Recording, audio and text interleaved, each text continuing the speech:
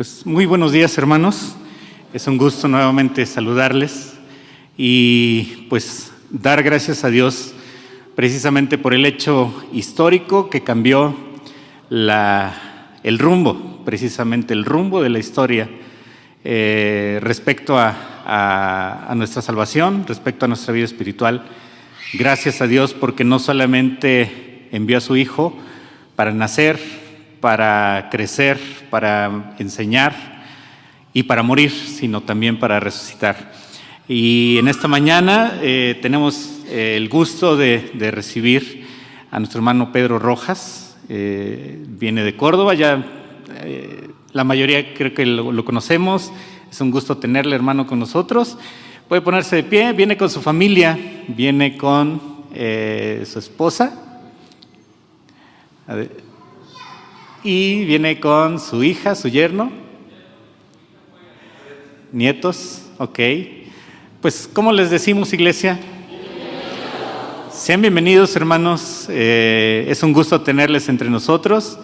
A pesar de las dificultades, ya nuestro hermano tal vez nos mencionará una dificultad que tuvo el día de hoy, pero gracias a Dios está con nosotros. Sean bienvenidos, hermanos, y no solo ellos, todos seamos bienvenidos a la casa del Señor y estemos atentos, pidámosle al Señor que nos dé la atención que podamos tener para escuchar su palabra hoy a través de nuestro hermano. Adelante, hermano, bienvenido y dejamos el lugar.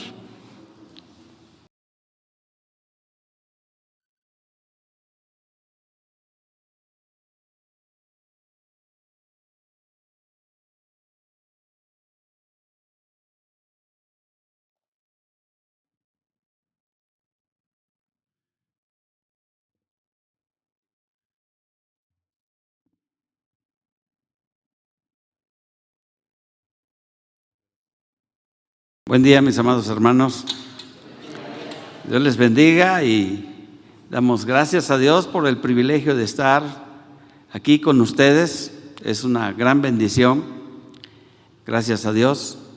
Gracias a Pastor Gamaliel, a los ancianos y a todos ustedes que nos reciben con tanto amor, hermanos. Es un gozo, es un privilegio poder estar con ustedes y damos gracias a Dios. Hay una reflexión que dice que domingo tras domingo, como iglesia, nos reunimos para celebrar un hecho. Domingo tras domingo, como iglesia, nos reunimos para celebrar un hecho. Cristo ha resucitado. Amén. Y vamos a abrir nuestras Biblias, por favor, en Primera de Corintios, capítulo 15. Primera de Corintios, capítulo 15, lo vamos a leer del versículo 3, del 1 al 8.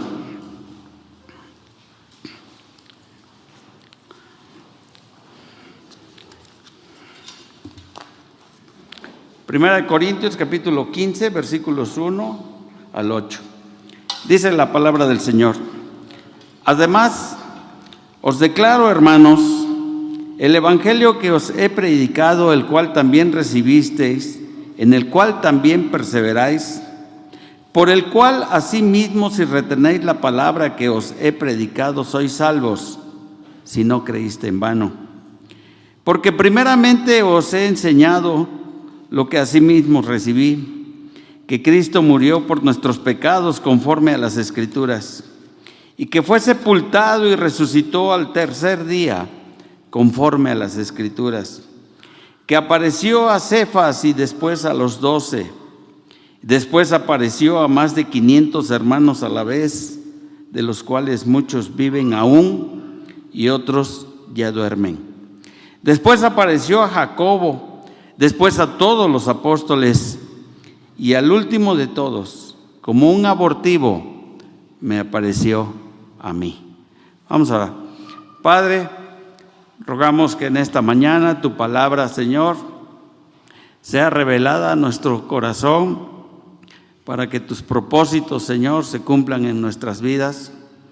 Damos honra y gloria a tu nombre, sobre todo por permitirnos, Señor, tener el privilegio de escudriñar tu palabra todos juntos. Y te damos gracias en el bendito nombre de Cristo Jesús. Amén.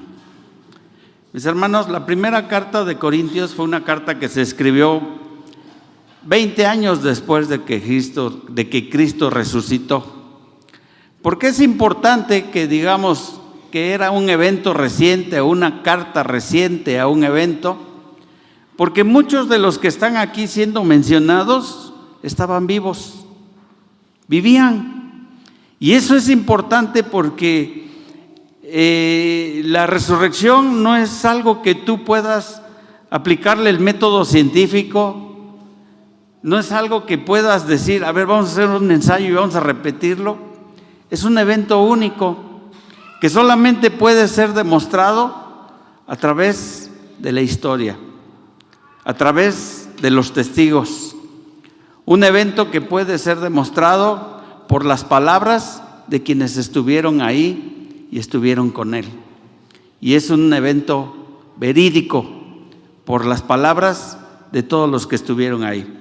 Este pasaje nos acaba de mencionar que Cristo murió, en el versículo 3, que Cristo murió por nuestros pecados conforme a las Escrituras.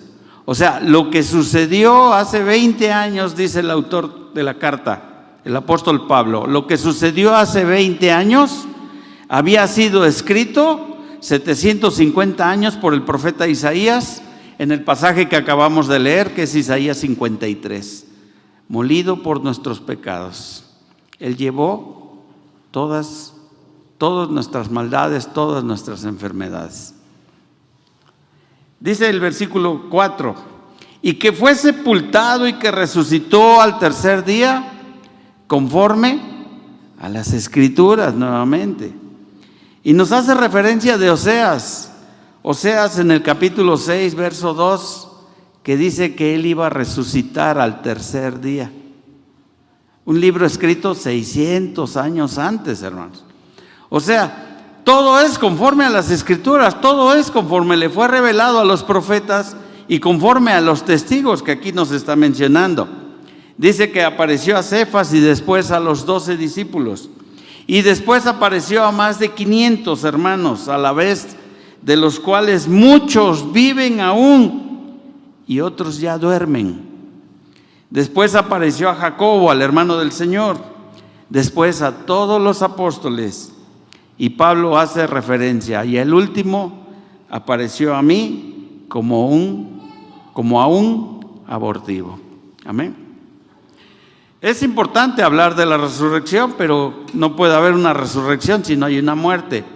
Así que vamos a tener un poquito una reflexión acerca de lo que es la muerte. ¿Qué es la muerte? El artículo 343 de la Ley General de la Salud en México establece que la muerte o la pérdida de vida ocurre tras la muerte del cerebro y un paro cardíaco y la ausencia completa de la conciencia, de la respiración y de los reflejos del cerebro. Bajo esas características está determinada la falta de vida, la muerte de una persona. Nosotros los cristianos tenemos otra definición. ¿Cuál es nuestra definición? La muerte es la separación del cuerpo, del alma o del espíritu del cuerpo. Es la separación. Esa es la separación. Esa es la definición. Nosotros así lo sabemos. ¿Sí?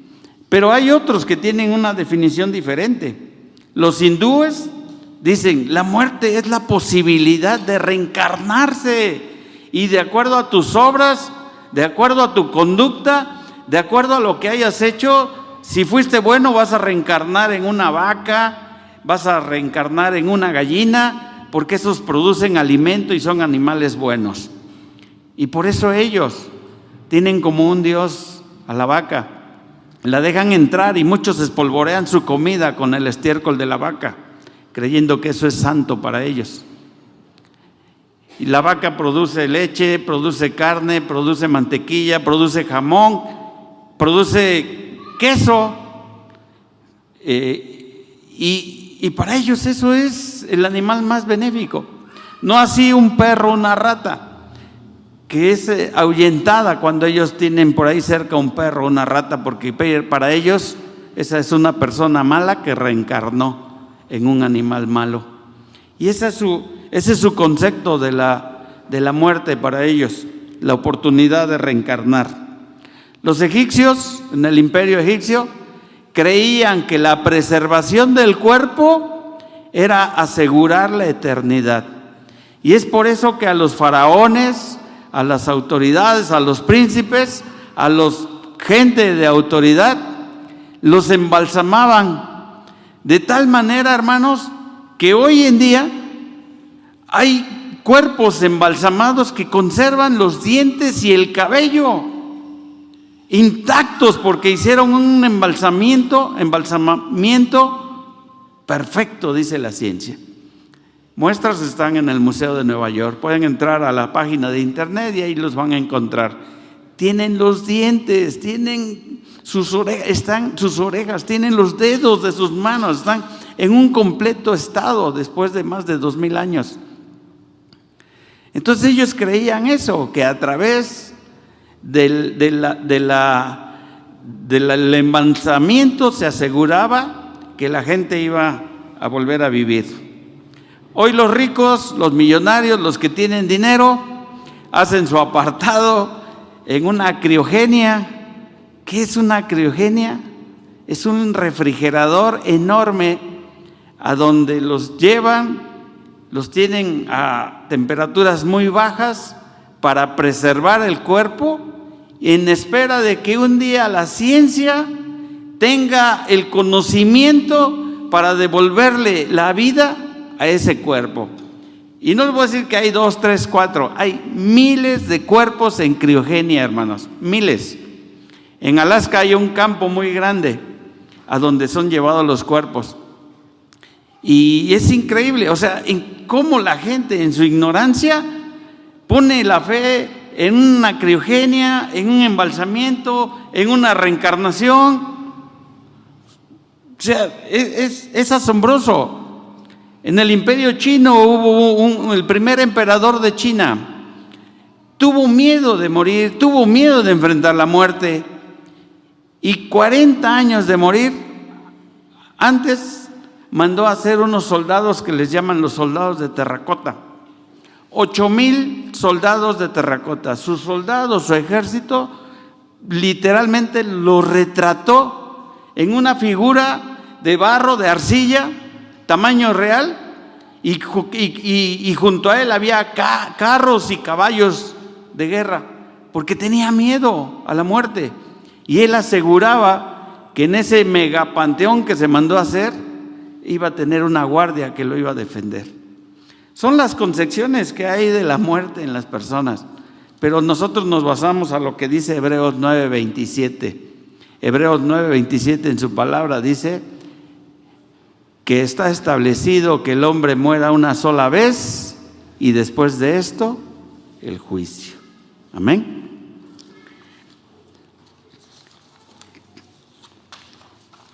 Nosotros creemos en la resurrección y nos preguntamos ¿por qué el rechazo a la resurrección? ¿Por qué? ¿Por qué hay tanta gente que rechaza la resurrección? Y pues todo tiene un antecedente también, hermanos. Los judíos rechazan la resurrección, primero porque no conviene a sus intereses, porque ellos tienen intereses muy jugosos del sacerdocio y de la actividad que representan. Y por eso es que a ellos la resurrección no les conviene. Segundo, esto afecta a las fiestas tradicionales y ellos viven de 7 fiestas y hacen las fiestas de su vida como el máximo evento de sus vidas, porque así viven ellos, ¿sí? Y entonces los soldados inventaron que los discípulos de Jesús se habían robado el cuerpo. Y esa es su versión más más cercana, su versión más constante que ellos ofrecen. Los discípulos vinieron, encontraron la guardia que les habíamos puesto, los encontraron durmiendo y se robaron el cuerpo. La cuestión es que nunca presentaron el cuerpo ellos como una evidencia, ¿va? Y con eso ellos niegan la resurrección. No entienden que Jesús, o no quieren entender que Jesús pasó una noche en estrés. Dice la Biblia que estando en el huerto del Getsemaní, Él dijo: Señor, si quieres, pasa de mí esta copa. O sea, para que lo entiendan quienes nos visitan por primera vez, cuando había una fiesta o había un velorio, había algo que celebrar, ya sea triste o sea de alegría, una boda, había una copa grande que se repartía entre todos los invitados de la fiesta. Y todos tomaban de esa copa en señal de que estábamos alegres por la fiesta que estabas teniendo o estábamos tristes y compartíamos tu dolor. Por eso Jesús dijo: Señor, si quieres, pasa de mí esta copa. Y no es porque Él se estuviera retractando de lo que vino, simplemente que Él tenía la angustia de separarse de su Padre. Muchas veces decimos: no, pues ya estaba echando para atrás. Hay otro más valiente que se inmola, se pone dinamita en el cuerpo, va y se hace estallar en el metro, se hace estallar en una plaza. No, no es más valiente. A Jesús estaba decidido a cumplirlo. Por eso dijo: no se haga mi voluntad, sino la tuya, Señor. A Jesús lo que le podía en ese momento era que iba a ser separado de su Padre. Porque en la cruz Él clamó y dijo: Elí, Elí, lama sabactani. Dios mío, ¿por qué me has abandonado? Porque Dios es santo, Dios no comulga con el pecado. Y Dios descargó en Él toda su ira. Y Dios le hizo pecador, dice la Biblia, al justo por los injustos, al que no conoció pecado por los pecadores, por ti y por mí. Él fue llevado a la cruz y ahí fue desfigurado, como dice Isaías 53. Ahí fue desfigurado completamente a causa de tu maldad y mi maldad. El justo por los injustos. No entendieron los judíos, que son el pueblo que Dios escogió inicialmente. No entendieron que este Jesús pasó una noche de estrés. No entendieron que lo azotaron, le dieron 40 azotes menos uno y lo debilitaron. No entendieron que tuvo que cargar su cruz y que esto le iba agotando físicamente.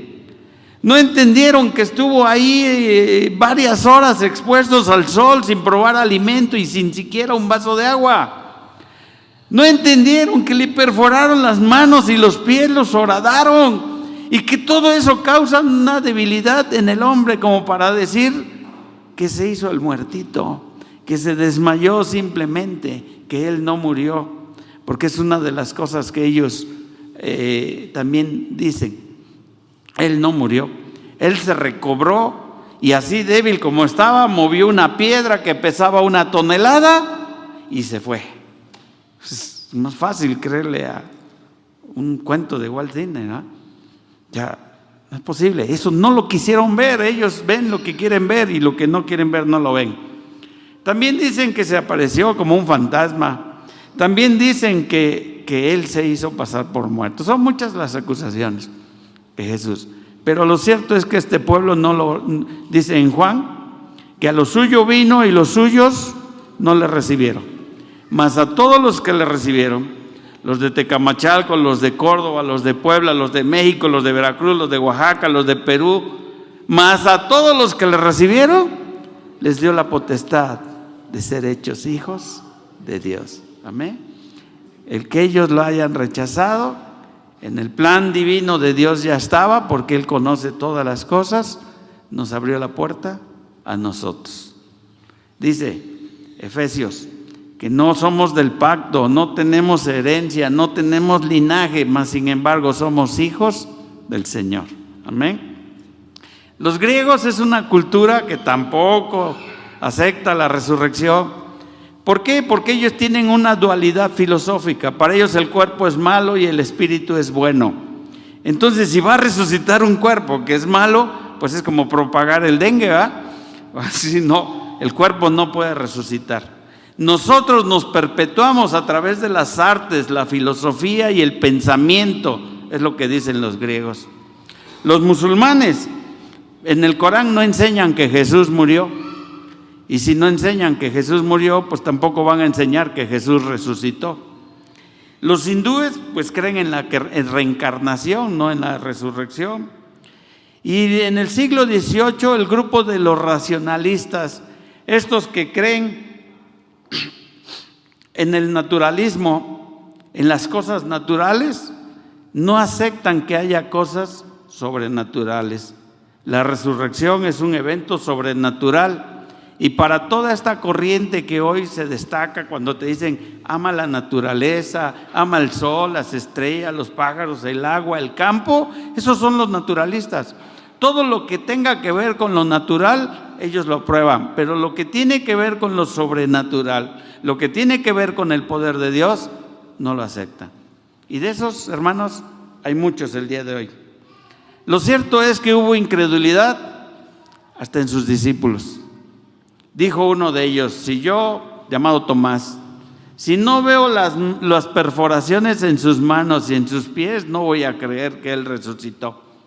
Y Jesús se apareció a él y le dijo, mira Tomás, bienaventurados los que creen sin ver. Sin ver. Somos nosotros, hermano.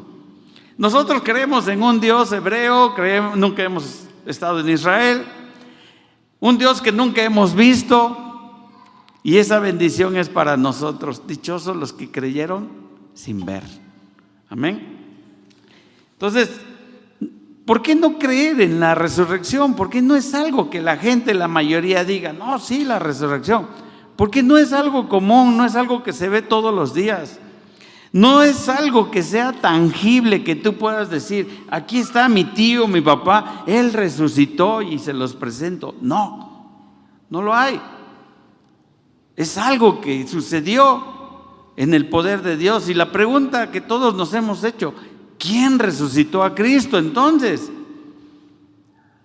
¿Se resucitó él solo? No. Vamos a Efesios 1:20. Ahí está la respuesta.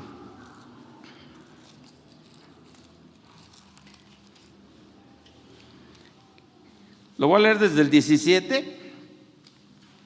Y dice, para que el Dios de nuestro Señor Jesucristo, Efesios 1:17, para que el Dios de nuestro Señor Jesucristo, el Padre de gloria, verso 19, y cual la supereminente grandeza de su poder, 20, la cual operó en Cristo resucitándole de los muertos y sentándole a su diestra en los lugares celestiales. ¿Quién resucitó a Cristo? El Padre. En la supereminente grandeza de su poder. O sea, no hubo otra cosa que hiciese que Cristo resucitara. No hubo ciencia médica, no hubo hierbas ni brujos, no hubo nada, ni las especias con las que lo envolvieron cuando lo fueron a enterrar. No.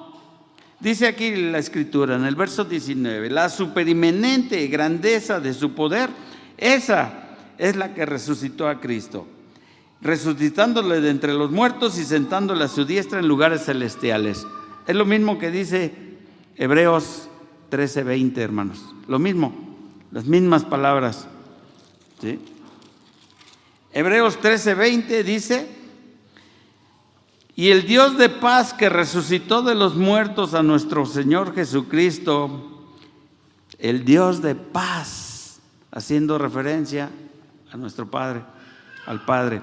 El Dios de paz que resucitó de los muertos a nuestro Señor Jesucristo, el gran pastor de las ovejas, por la sangre del pacto eterno. Él resucitó a Cristo. Así que, hermanos, si alguien viene y les dice, yo te voy a resucitar, yo tengo la clave para resucitar, yo tengo esto, porque hay pastores que se creen hasta que ellos tienen un don para resucitar a los muertos. Es absurdo eso. No hay que creerlo. Hermanos, en el mundo hay poco más de 4.200 millones, 4.200 religiones, hermanos. 4.200 religiones en el mundo. ¿Sí? Podríamos decir 4.199 de esas religiones, sus líderes, los que la fundaron, los que las crearon, todos yacen en un panteón. Todos han sido ya, muchos de ellos hasta olvidados. Pero en la única, que en donde el Salvador, el que fundó esta iglesia, en Mateo 16 dijo, en esta roca, haciéndose referencia de él mismo, en esta roca fundaré mi iglesia. El único que vive para dar cuenta de su iglesia, para dar cuenta de su pueblo, para dar cuenta de sí mismo, es Cristo. Y tiene una promesa: Él va a venir y vendrá por su iglesia otra vez. Es el único que vive de esas 4.200 religiones, ¿sí?, que hay en el mundo. Es increíble, hermanos. Necesitamos fundamentar entonces la resurrección de Cristo en base a los hechos. Ya dijo el apóstol Pablo aquí, por la Escritura. En Primera de Juan, el apóstol Juan dice: lo que hemos visto, lo que palparon nuestras manos, tocante al verbo de vida, de eso os hablamos. Porque Juan fue uno de los discípulos de Jesús, y cuando él escribe su carta, hermanos, él hace referencia a eso. Y él en la primera carta dice en el capítulo 1, verso 1, lo que era desde el principio, lo que hemos oído, lo que hemos visto con nuestros ojos, lo que hemos contemplado y palparon nuestras manos tocante al verbo de vida. Verso 3, lo que hemos visto y oído, eso os anunciamos. Hermanos, en todo caso judicial que uno lleve a cabo por cualquier delito que se cometa, siempre te van a decir: ¿y tiene usted pruebas? Las pruebas son fundamentales, hermanos, en cualquier caso. Si usted presenta las pruebas de la persona que entró, le ofendió o se quiso llevar las cosas, si usted presenta pruebas a esa persona, son elementos para encarcelarlo o son elementos para liberarlo. Que usted pueda decir: yo no estuve ahí, yo estaba en México, aquí están los boletos. Si usted presenta pruebas, las pruebas son usadas para el juicio. Y es lo que aquí el apóstol Juan está presentando. Yo lo vi, yo estuve con él, lo palparon nuestras manos, nuestros ojos, todo lo que él hizo, nosotros estuvimos con él. Yo me recostaba en su pecho, decía el apóstol. Yo era del que comía con él y estaba en su regazo. Entonces, hermanos, lo primero que hay que acudir es a los evangelios. Los 4 evangelios dan testimonio de la resurrección de Cristo. Mateo, Marcos, Lucas y Juan dan testimonio de esa resurrección. Hoy hemos visto ya 2 pasajes que nos hablan de la resurrección. Y en Lucas 24 dice que las mujeres llegaron a buscar el cuerpo y había ahí un varón con vestiduras blancas que les dijo: ¿por qué buscáis entre los vivos, entre los muertos, al que vive? Esa misma frase, esa misma expresión está en Israel. Allá en Israel hay 2 lugares donde según está sepultado Cristo. Uno es en el lado de los católicos, otro es fuera de la ciudad, en esa roca que José de Arimatea, en esa cueva que José de Arimatea dio para que el cuerpo de Jesús fuese sepultado, cumpliendo una de las profecías: entre los ricos será su sepultura. Y no es porque Jesús tuviera dinero, sino porque hubo un hombre que dijo: ahí está una sepultura para el maestro, para Jesús, y dio una sepultura honrosa para Jesús. Ahí afuera de ese lugar está esta leyenda: ¿por qué buscáis entre los muertos al que vive? Él ha resucitado. Jesús ha resucitado. Dice la Biblia en Romanos 10, versos 8 y 9, y esto es para para que los creyentes, los nuevos creyentes o los invitados lo guarden en su corazón. Romanos capítulo 10, versos 8 y 9, dice: cerca de ti, y hoy más cerca que nunca, cerca de ti está la palabra en tu boca y en tu corazón. Esta es la palabra de fe que predicamos, que si confesares con tu boca que Jesús es el Señor y creyeres en tu corazón que Dios le levantó de los muertos, serás salvo. ¿Cuál es el requisito entonces para ser salvo? Creer. Las otras religiones te piden que crezcas en la espiritualidad, te piden que cumplas con una visita a su templo cada año y te piden buenas obras y algunos hasta te piden dinero. Pero aquí el único requisito es creer. Que si confesares con tu boca que Jesús es el Señor y creyeres en tu corazón que Dios le levantó de los muertos, que Dios lo resucitó un día para darte vida a ti, entonces cuando tú creas esto en tu corazón, dice la Escritura, serás salvo, porque con el corazón se cree para justicia, pero con la boca se confiesa para salvación. Amén. Hermanos,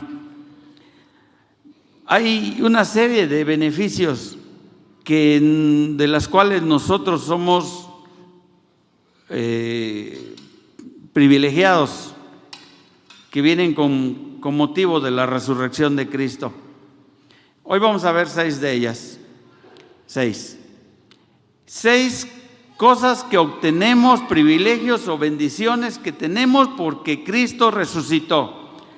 La primera de ellas es que la resurrección de Cristo significa que somos justificados ante el Padre.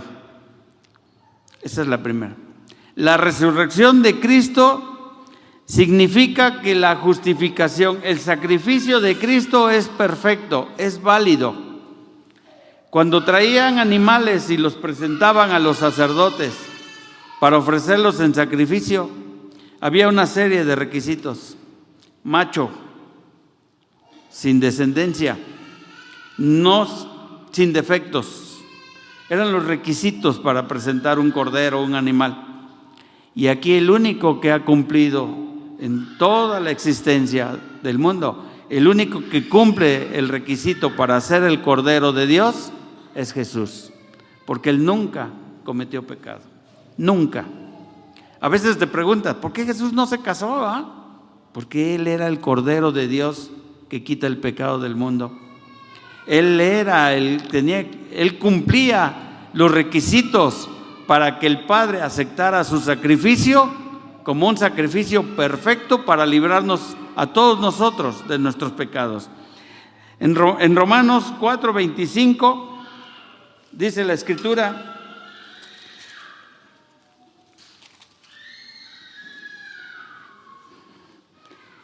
el cual dice que Jesús fue entregado por nuestras transgresiones y resucitado para nuestra justificación. Hermano, somos justificados por este Cordero Santo que resucitó. Somos justificados.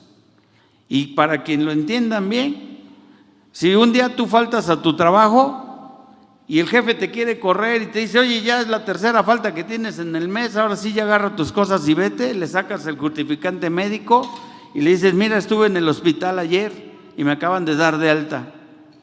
¿Qué dice tu jefe? Pásale. Así es aquí. Tú has sido justificado por Cristo.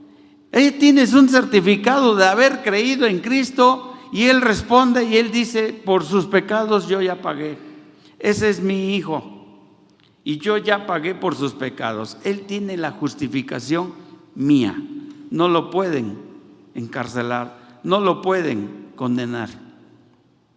Y esa es la justificación. Y es lo que dice este pasaje: el cual fue entregado por nuestras transgresiones, por nuestros pecados, y ha resucitado para nuestra justificación.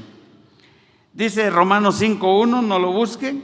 Justificados pues, está bajito, justificados pues por la fe, tenemos paz para con Dios por medio de nuestro Señor Jesucristo. No teníamos paz. Si no tienes a Cristo, no estás en paz. Si tienes a Cristo, estás en paz con Dios, porque has sido justificado por Él. Justificado pues, dice la Biblia, tenemos paz por la fe. Justificados pues por la fe, tenemos paz para con Dios por medio de nuestro Señor Jesucristo. Es una razón. El sacrificio de Cristo vale, tiene peso. Segundo beneficio que tenemos, la resurrección de Cristo nos demuestra que Él venció a la muerte, hermanos. Él venció a la muerte. En 1 Corintios capítulo 15, el que estamos leyendo, en el verso 57, dice: mas gracias sean dadas a Dios que nos da la victoria por medio de nuestro Señor Jesucristo. En el verso 55 hace la pregunta: ¿dónde está, oh muerte, tu aguijón? ¿Dónde está tu poder? Haciendo referencia a que el aguijón es el poder que tiene Satanás para hacernos pecar. ¿Dónde está, oh muerte, tu aguijón? ¿Dónde está, oh sepulcro, tu victoria? A través de Cristo, en esta resurrección de Cristo, Él nos confirma que Él ha vencido a la muerte. Hermanos, hace años falleció la que en ese momento era la mujer más rica del mundo, y era la esposa de Carlos Slim. Y ella se llamaba Soumaya, como el museo. El museo tiene el nombre en honor a ella, el Museo Soumaya. Y murió Soumaya siendo joven. Y no faltó un peso ahí para que fuese atendida en los mejores hospitales. No faltó un recurso para llevarla, un avión para llevarla a Houston o llevarla donde fuera necesario. Y esto nos demuestra que nadie puede librar la muerte. Steve Jobs, que falleció hace algunos años, el creador del Apple, dijo: sé que un carro que vale $10,000 me lleva al mismo lugar de uno que vale mucho más dinero. También dijo que él no había hecho nada para cultivar una semilla, pero que esa semilla lo alimentaba. Y que él había alcanzado el éxito en todas las cosas, pero que la muerte que lo esperaba era algo para lo que él no estaba preparado y para lo que él no iba a poder salir adelante, porque ya tenía una sentencia. Hermanos, muchos de nosotros, sin saberlo, estamos sentenciados. Sin saberlo. ¿Cómo va a ser eso? Estamos sentenciados. Romanos 1, por favor. Busquemos Romanos 1. Si tu vecino no tiene Biblia, acércasela. Este pasaje es muy importante. Romanos 1:21.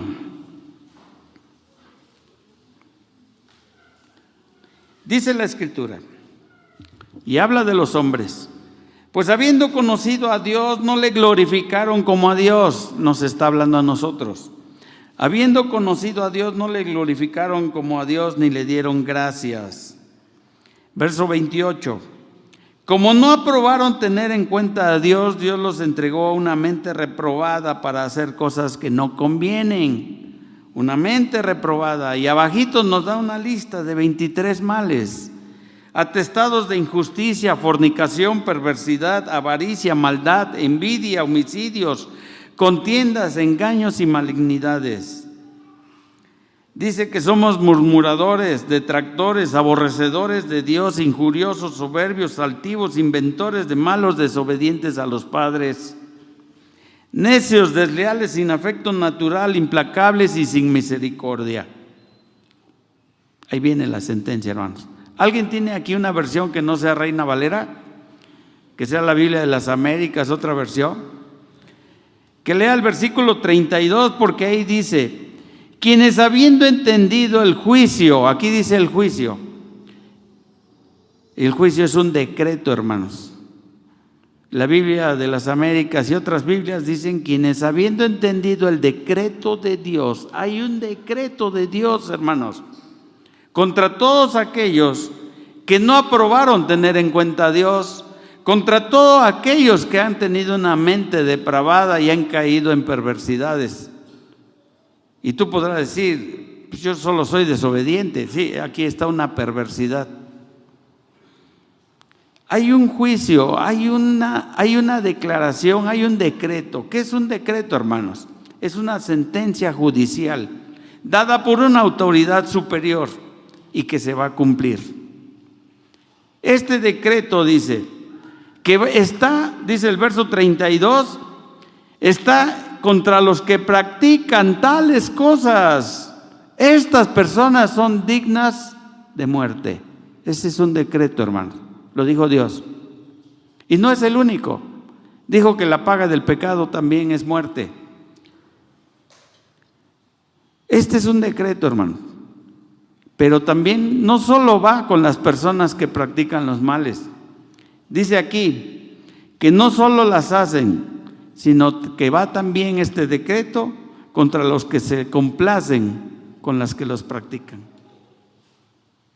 ¿De qué está hablando, hermano? ¿Sí? En términos comunes, tanto peca el que mata a la vaca como el que le agarra la pata. Las mujeres dicen hoy en día: es mi cuerpo, es mi derecho, yo decido.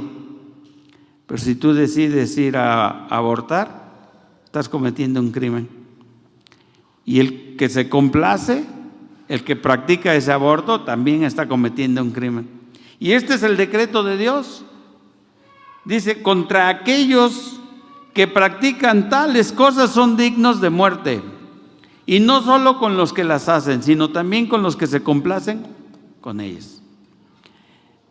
Diputados, presidentes y gente que ocupa un puesto y aprueba una ley inmoral que permite que dos personas del mismo sexo se unan en matrimonio, que permiten que un violador salga de la cárcel por haber abusado de un niño.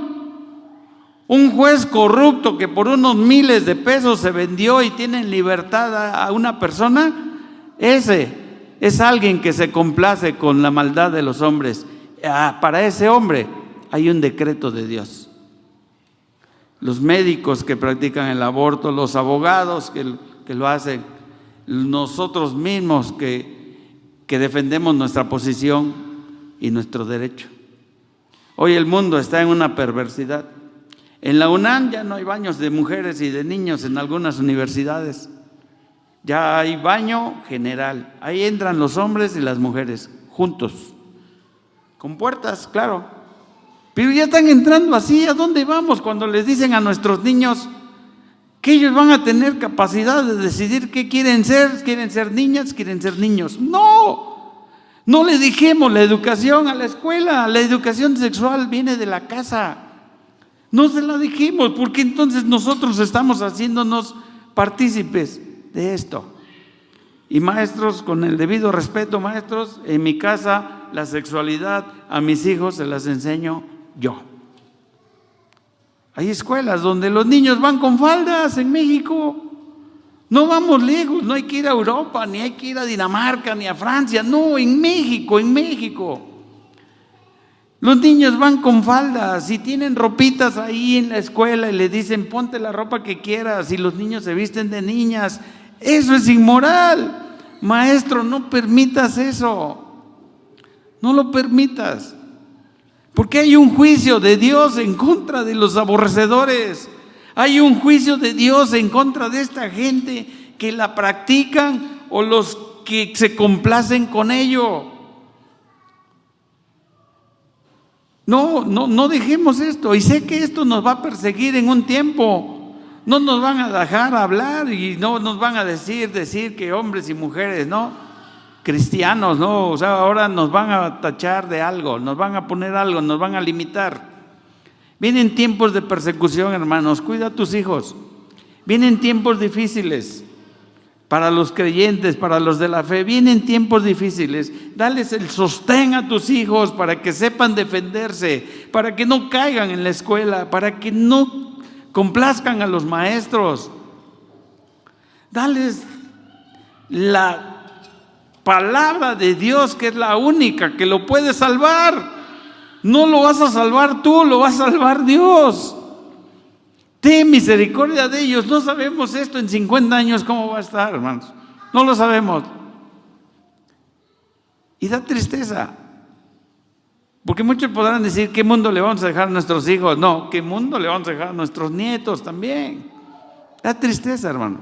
Da tristeza. Y esto está aquí en la Escritura. Y esto fue escrito hace 2000, hace 3000, hace 4000 años, desde el Génesis. Aquí está, hermano. La palabra de Dios es la misma ayer, hoy y siempre. Siempre. Él no va a cambiar. Él no se va a actualizar. Cuando la Constitución de México cumplió 500 años, 100 años, 200 años, 100 años. En el 2010, la Constitución de México cumplió 100 años. En 100 años le hicieron 750 correcciones a la Constitución. 750 correcciones. Le quieren venir a hacer una corrección a la Biblia. La Biblia es inerrante, la Biblia es la palabra de Dios, no tiene fallas. La Biblia no tiene errores. No pueden corregirla porque el que la creó es el más sabio, el que la inspiró es el que tiene todo el poder, el que tiene toda la autoridad y todo conforme a su voluntad. Hermanos, la resurrección de Cristo asegura que el pago de Cristo es suficiente. La resurrección de Cristo nos demuestra que Él venció a la muerte. La resurrección de Cristo nos confirma la veracidad de las Escrituras. En el Salmo 2, verso 7, es un salmo escrito por David, por el rey David, y no está hablando de él, está hablando de Jesús. En este Salmo 2,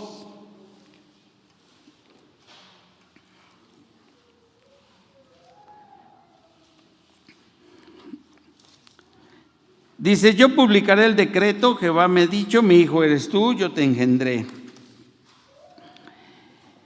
hoy. Pídeme y te daré por herencia a las naciones. Está hablando de Cristo. Y como posesión tuya los confines de la tierra. Los quebrantarás con vara de hierro, como vasija de alfarero, los desmenuzarás. Salmo 16, adelantito, por favor.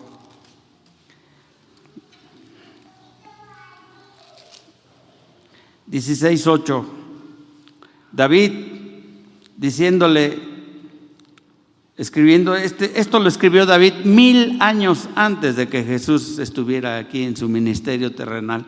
1000 años antes. Dijo David: a Jehová he puesto siempre delante de mí, porque está a mi diestra, no seré conmovido. Se alegró por tanto mi corazón y se gozó mi alma. Mi carne también reposará confiadamente.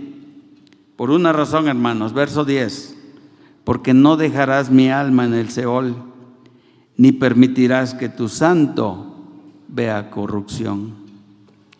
El Seol es el lugar de muertos.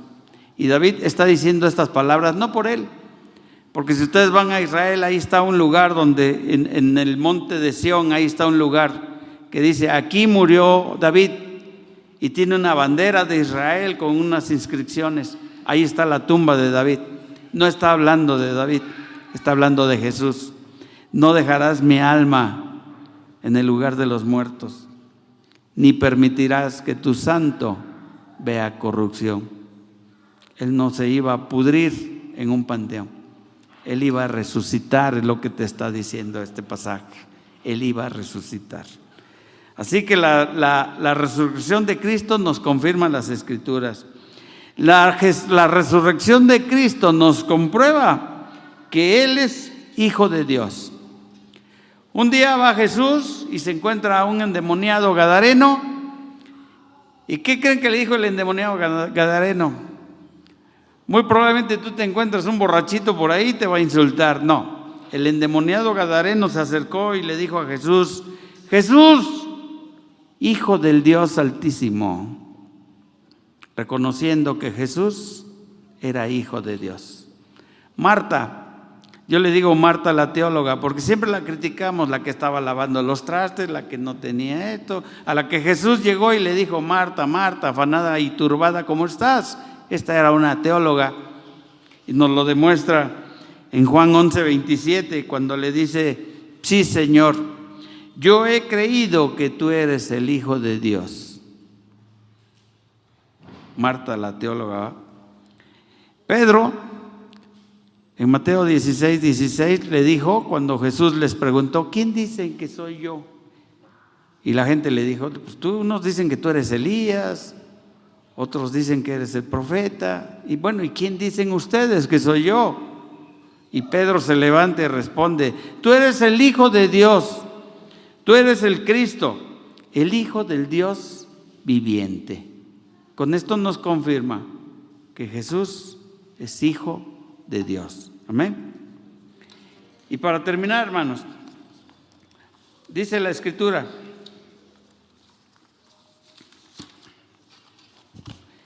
que si Cristo no hubiese resucitado, el Espíritu Santo no hubiese venido. Y el Espíritu Santo es esencial para nuestra salvación. Juan 16.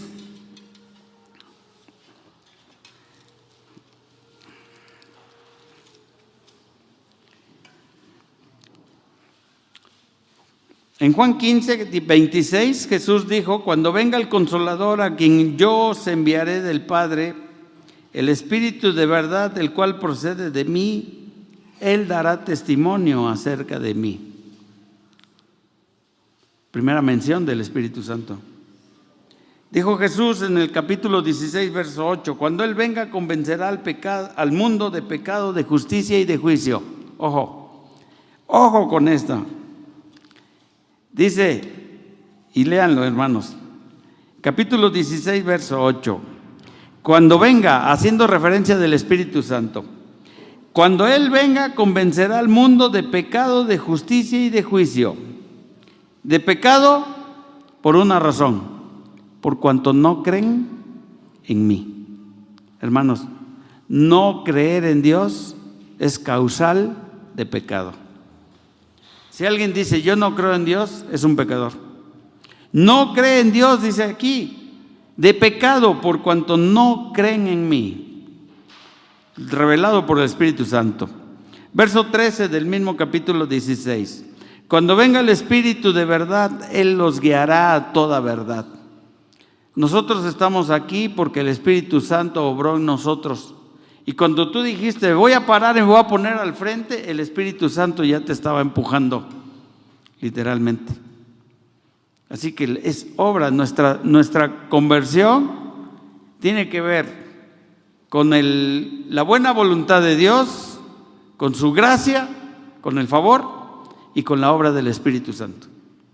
No estuviste tú ahí para nada, Ninguno de nosotros tuvo nada que ver. Oiga, pero es que yo sentía que... No, espérate, es el Espíritu Santo. Oiga, pero yo me paré y me puse de pie y di el paso para adelante. Es el Espíritu Santo. Entonces, ¿yo qué hice? Tú recibiste la bendición de recibir a Cristo en tu corazón. Y dice el verso 14 del capítulo 16: el Espíritu Santo me glorificará porque tomará de lo mío y os lo hará saber. Así que la resurrección de Cristo significa que Dios va a derramar el Espíritu Santo en los corazones de los que creen. Y por último, hermanos, la resurrección de Cristo significa que nosotros vamos a resucitar. Amén. Nosotros vamos a resucitar. En Romanos 8, capítulo 8, verso 11, dice la Escritura que el mismo Espíritu que resucitó y si el Espíritu de aquel que levantó de los muertos a Jesús mora en vosotros, el que levantó de los muertos a Cristo Jesús, vivificará también vuestros cuerpos mortales por su Espíritu que mora en vosotros. El Espíritu que levantó a Jesús de entre los muertos es el mismo Espíritu que te va a levantar a ti. Amén. ¿Cómo lo vamos a entender esto? Tesalonicenses, hermano. Tesalonicenses 4. Esta es la pregunta que todos nos hacemos. Vamos a resucitar.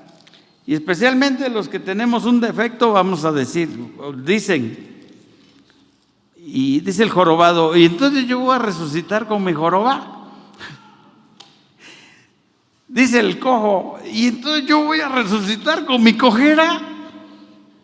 ¿Cómo vamos a resucitar?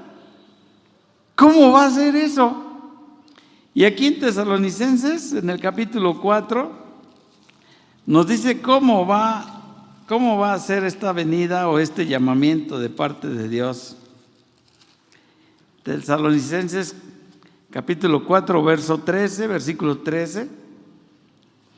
Y es el apóstol Pablo quien lo escribe y le dice: tampoco queremos, hermanos, que ignoréis acerca de los que duermen, de los que murieron, para que no estén tristes como los que no tienen esperanza. Y estas son palabras a un pueblo cristiano. No estén tristes.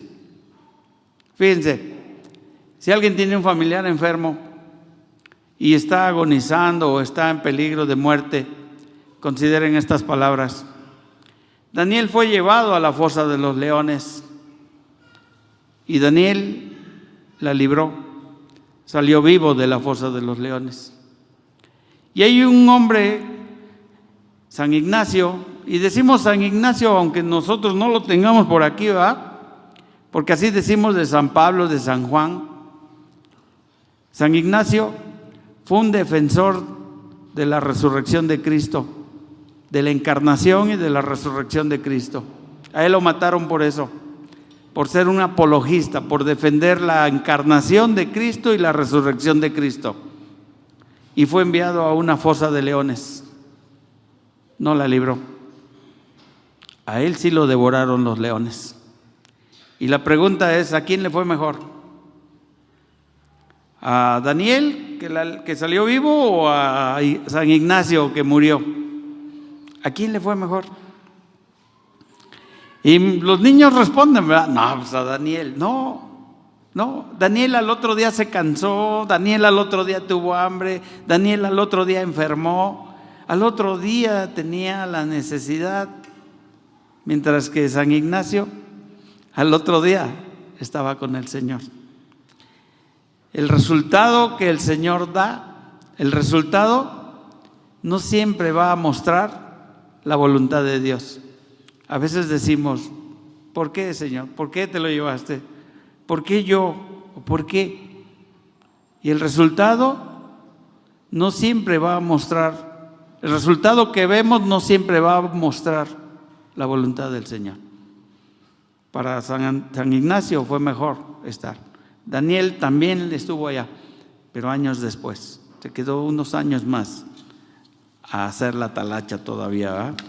Entonces dice aquí en Tesalonicenses 13, no estén tristes como los que no tienen esperanza, porque si creemos que Jesús murió y resucitó, así también traerá Dios con Jesús a los que durmieron, no dice a los que murieron, a los que durmieron en Él.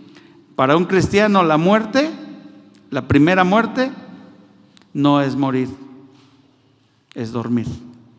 Por lo cual decimos esto en palabra del Señor, que nosotros que vivimos, que habremos quedado hasta la venida del Señor, no vamos a preceder a los que durmieron, porque el Señor mismo, con voz de mando, con voz de arcángel y con trompeta de Dios, descenderá del cielo y los muertos en Cristo resucitarán primero.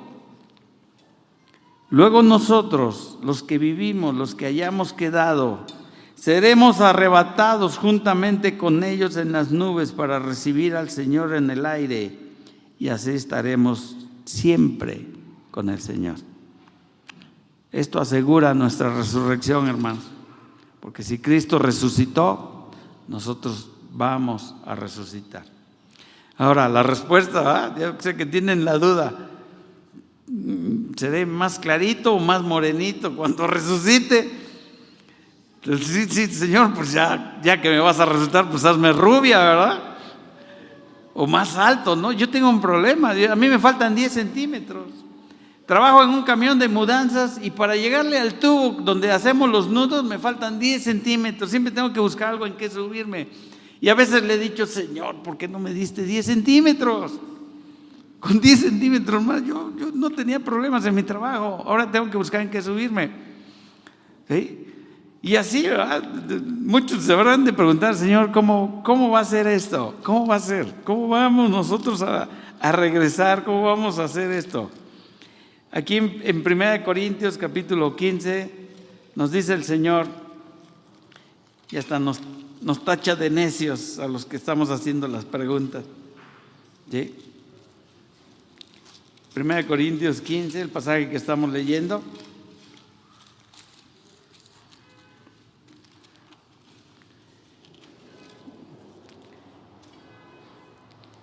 Dice, el verso 35, pero dirá alguno, ¿cómo resucitarán los muertos? ¿Con qué cuerpo vendrán? ¿Cómo van a resucitar? ¿Con qué cuerpo van a venir? Y nos responde el apóstol, necio, lo que tú siembras no se vivifica si no muere antes. Y todos los que han trabajado en el campo o saben del campo, saben que una semilla, cuando tú la siembras en la tierra, va a morir. Va a morir. Esa semilla se divide, se hace en dos, muere. Y en medio de esa semilla, en una actividad que por lo regular sucede de noche, el crecimiento de una planta sucede en el día, pero la germinación de una semilla sucede de noche. Así es Dios.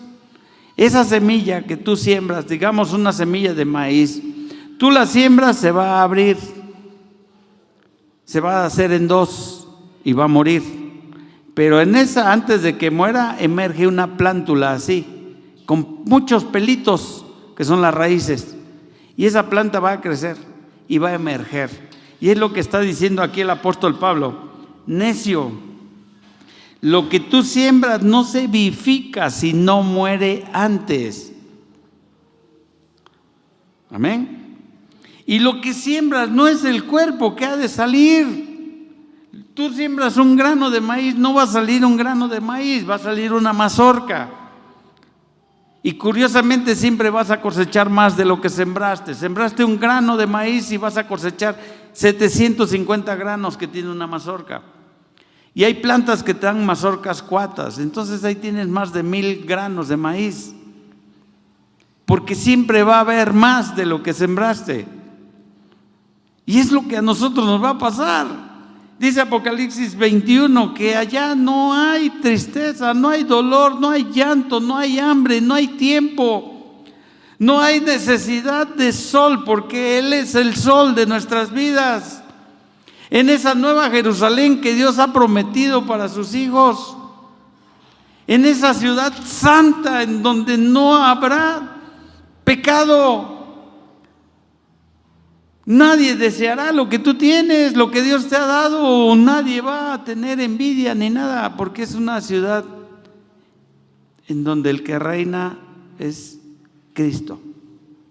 Cristo, nuestro Señor. Y es lo que dice aquí. Lo que tú siembras no es el cuerpo que ha de salir, sino el grano desnudo, ya sea de trigo o de otro grano. Y entonces versículos más adelante dice, siembras corrupción, resucita incorrupción. Siembras en deshonra, resucitas en gloria. Siembras en debilidad, vas a resucitar en poder. Siembras un cuerpo animal que es la carne del hombre, vas a resucitar en un cuerpo espiritual. O sea, la resurrección de Cristo nos asegura que nosotros vamos a resucitar y no vamos a ser los mismos, porque dice que la sangre y la carne no pueden heredar el reino de Dios, ni la corrupción hereda incorrupción. Verso 51 del capítulo 15, 1 Corintios. Aquí les digo un misterio.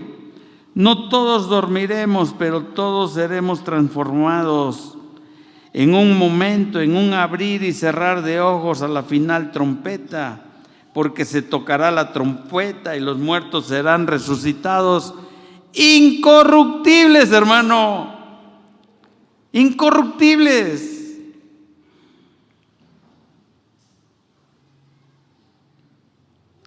Y nosotros, dice la Escritura, seremos transformados, porque es necesario que esto corruptible se vista de incorrupción y esto mortal se vista de inmortalidad.